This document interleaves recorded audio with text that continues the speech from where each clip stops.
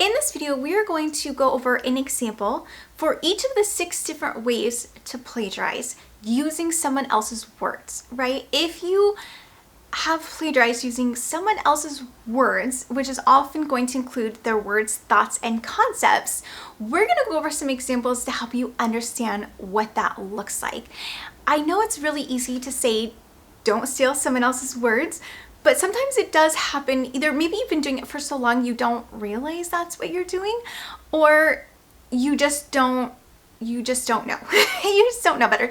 So let's look at some examples so that everyone is perfectly clear on what it looks like to plagiarize using someone else's words. Okay, using someone else's words.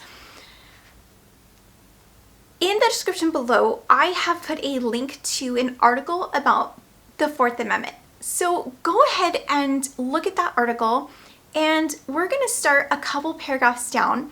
And we're going to use, for this example, we're just going to keep it really easy and use just one sentence. Okay, we're going to use one sentence as our example, but know that these 6 things can apply if you're using a paragraph or half the article. There is no real definition of how little or how much you could use. We're just going to use one sentence again just to keep it nice and simple. The example sentence we're going to be using reads like this. Once the officers had probable cause, they got court permission to search Tugel's home and caught him with crystal methamphetamine. Okay, so once the officers had probable cause, they got court permission to search Tugel's home and caught him with crystal methamphetamine. Yikes, don't want to be Mr. Tugel. Okay, so you know our 6 ways to plagiarize, right? If you missed that video, go back one and watch the 6 different ways to plagiarize. Make sure that you've taken notes and that you've committed to memory. Maybe write out each of the 6 ways 10 or 20 times and type them out and really commit them to memory. Again, because as you start to memorize the different ways, what they are and the rules behind each, if you catch yourself accidentally doing it, you'll know to stop yourself, right? We don't want to do those 6 things. So let's look at some examples of what it looks like if you plagiarize using one of those. Well, we're going to do the top 5. We're not going to do an example where you get someone to do it for you, which was number 6, but we are going to look at the first 5. Okay, so we're going to leave out the contract cheating for now. Okay, so find that sentence on the handout in the description below, and you can follow along. Okay, so number 1 of the 6 different ways is going to be to copy and paste it verbatim and to make no changes. So if you were to plagiarize using the first way of the 6 ways, you would do that. You would just copy and paste, so the sentence would read the exact same way, right? So on the article, it says, once the officers had probable cause, they got court permission to search Tugel's home and caught him with crystal methamphetamine.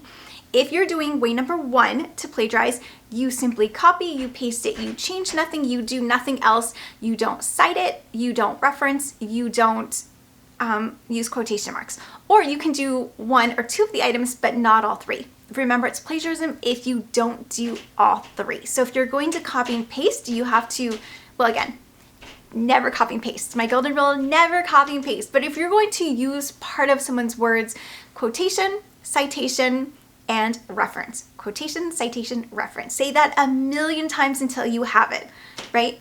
Quotation, citation, reference. All right, so way number 1, you change nothing. You copy it, you paste it, or if you're in a textbook or a physical hard copy, you're looking at the words and you type them exactly the way that you see them. Everything is verbatim. Okay, without using all 3 of the elements to give credit to the author. That is the first way. Okay, that's an example for number 1. Example for number 2 is going to be the order switch. Remember, rearranging the sentence so that the first half of the sentence is the end and the end is at the beginning. Okay, so an example with that would be something similar to, and there's no one way to do this, right? This is just one way. If you said, they got court permission to search Tugel's home and caught him with crystal methamphetamine once the officers had probable cause, and put a period on it, right? Did you see how I started after the first comma? And so I capitalized the T on they, right? So I'm gonna start my sentence there, and then instead of ending after methamphetamine, I just kept going, and I said once the officers had probable cause, period. So I switched it around. Okay, it doesn't make it your words, again, just because you switch the order, but that is an example of how to plagiarize by doing an order switch. Okay, if you order switch, you are plagiarizing, okay? Number 3 is going to be our word swap. So what could this look like? So we would take the exact sentence, so remember we've copied and pasted it, but we're gonna pluck a couple words out and we're just gonna replace them with a word that means the exact same thing. So we could say something, and again, there's no one way to do this. We could say something like after instead of once, right? So we're gonna pluck the first word once out and we're gonna put in its place the word after. After the officers had probable cause, and then we're gonna take out the word they, and we're just gonna say the officers, right? It means the same thing, right? They is standing in for the officers as a personal pronoun. So we're gonna take that out and we're just gonna say the officers got, maybe instead of saying court, we're gonna say the judges. The judge's permission to search Tugel's home. And maybe, and instead of saying and caught him, maybe let's say, or let's say instead of they searched his home and caught him with crystal methamphetamine, we're going to take out the word crystal methamphetamine. It's long anyways, and we're just going to say drugs, right? Caught him with drugs. Or we can say caught him with illegal drugs, right? We're going to say anything besides crystal methamphetamine, again, because we're trying to pass off the sentence as our own. Okay, so a word swap doesn't make it any less plagiarized than if you just copy and paste verbatim and do nothing else. Okay, so there's an example of a word swap. So again, if you find yourself doing any of these examples, you want to catch yourself and you want to stop, okay? Because it's all plagiarized. And again, note that all of these things are occurring because of a copying pasting, because of using things verbatim. So again, if you're not copying and pasting, the golden rule, never, never, never copy and paste, none of these will be applicable, right? Or if you're not looking, staring at the textbook or staring at the hard copy source and just typing out or writing it out verbatim. Okay, so if you're not doing that, none of these will apply. Okay, so that was an example of number 1, number 2, number 3. Number 4 is the word drop.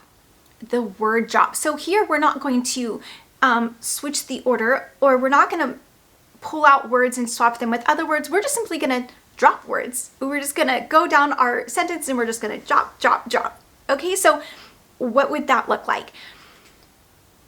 Let's say instead of once the officers had probable cause, we're just going to say the officers had probable cause, right? Let's drop that first word. And then we'll put the comma and then say they got, and then let's drop the word court. They got permission, right? So now we've dropped 2 words to search Tugel's home and caught him with crystal methamphetamine. So let's drop the word crystal. And put an S at the end of methamphetamines, right? So they caught him with methamphetamines. Okay, so we have done a word drop. That is an example of what it looks like if you do a word drop. And something to note is that you can use any combination of the 6 and it is still plagiarism, right? So let's say you drop a couple words and swap out a couple words, and then now you take and now you rearrange the order. Okay, it doesn't matter what 6 of these you use or in what order you do them, or if you do all of them. Okay, well, at least the first 5, if you do them all, if you do even one, it's still plagiarism, right? So you can do as many tricks to the sentence or the passage as you want to try to pass it off as your own. It doesn't matter what you do, it's still going to be plagiarism if you're doing any of these 6, okay? It's still going to be plagiarism. So we're going to catch ourselves and we're going to stop doing these, okay? So that is an example of the word drop. Okay, so now we have 4 examples, and our 5th example is going to be our word rearranging.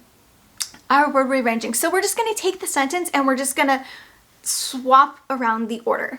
Okay, so it's not as simple as cutting the sentence in half and just pushing the first half to the back and the back half to the front. We're just going to rearrange everything, right? first of all, like the plagiarism checkers, they always catch that. They do catch that. So just know that shuffling the order, it doesn't get you anywhere. So it's not worth the trouble in doing it. Okay, let's say, so again, look at the original sentence, and we're just gonna take a couple words and swap them around. Okay, so let's say something like this. Again, there's no one way to do this.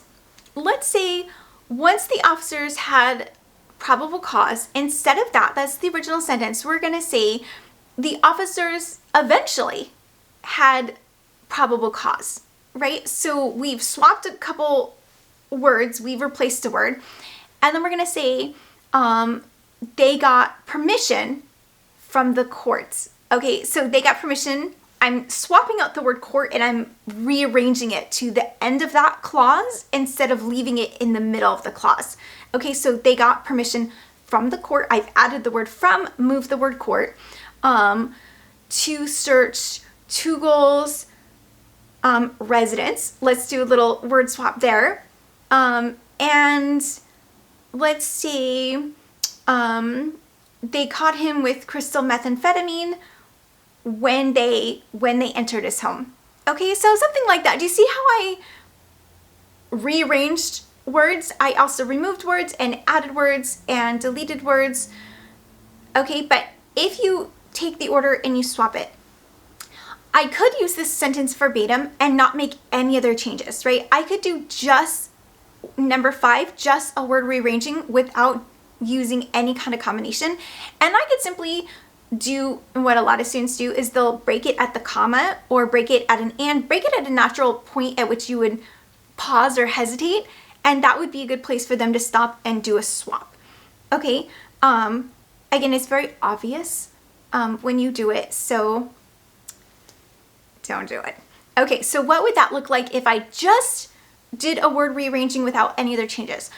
So instead of saying the officers had probable cause, comma, they got court permission to search Tugel's home and caught him with crystal methamphetamine. See how there's like 3 separate clauses in there? So what I would do is I would just rearrange the 3. I'm just going to leave them verbatim exactly like they are, and I'm just going to rearrange the 3. So I'm going to put the middle clause at the beginning, and maybe I'll put the first one in the middle and leave the last one. Okay, so I'm just rearranging, right? Just like the little ball under the cups, doing a little shuffle. So my rearranged sentence is going to read, they got court permission to search Tugel's home once the officers had probable cause and caught him with crystal methamphetamine. Okay, notice that a lot of times the reason that the original author wrote the sentence the way they did is to make it make sense. And when you take the verbatim words of the author and you start switching them or changing them, the words out or dropping words, it no longer makes sense. So when I catch my students doing any of these 6, I simply ask them to speak with me for a few minutes, and I'll point to a passage and ask them to explain it to me. And they have this horrified look in their eye. Like, they cannot explain it. First of all, like, if a week or 2 has gone by, and for really big classes, it does take sometimes a week or 2 to get through all of the papers, they will try to read it and they're like, gosh, I don't know, like it doesn't make sense to them either, and they've forgotten in what order, like what the original order was, and now they've shuffled around. It literally makes absolutely no sense. And they tried, like I watched them sit there and try to make sense of it. They can't make sense of it. So not only is it a dead giveaway, and I mean, we know ahead of time, like we know that's what you're doing. We just want you to know that we know what you're doing. But the thing is, like, if you did the research and you understand the research and you wrote it and it's your words, your thoughts, ideas, and concepts, you'll know what it means. Okay, so again, if you do any of these 6 and your professor asks you to explain something to them, you're not gonna know. Okay, you're not gonna know. So copying and pasting, it doesn't teach you anything, right? And the goal of, like, we don't give you papers because we want to keep you busy or because we want to read them or grade them or not be able to go out on the weekend because we have a zillion papers to get through. We do it because we want you to learn the material. We want you to learn how to go find the answers, to important questions, right? We do because we love you. So don't do any of these 6 items. And again, if you find yourself doing any of these 6 things, catch yourself, know that it's plagiarism. And in one of the next videos, we'll learn, if you do catch yourself doing one of these things, how do you fix it? Okay, how do you fix it? All right, you're doing a great job.